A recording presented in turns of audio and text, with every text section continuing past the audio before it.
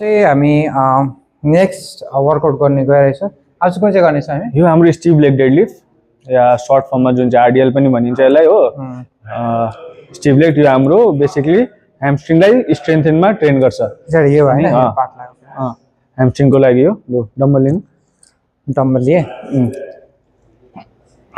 उठाए खुट्टा अलिकति वाइड अलिकति बस। अब हिपलाई हिन्च गरेर मुनि जानु यसरी डाउन डाउन डाउन हुन्छ। बस अप अप अप फेरि down up.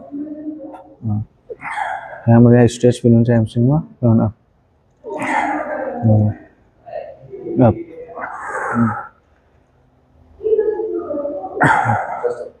Up up up up up up.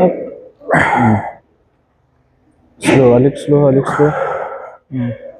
Breath in मजाले कोर टाइट गर्नुपर्छ।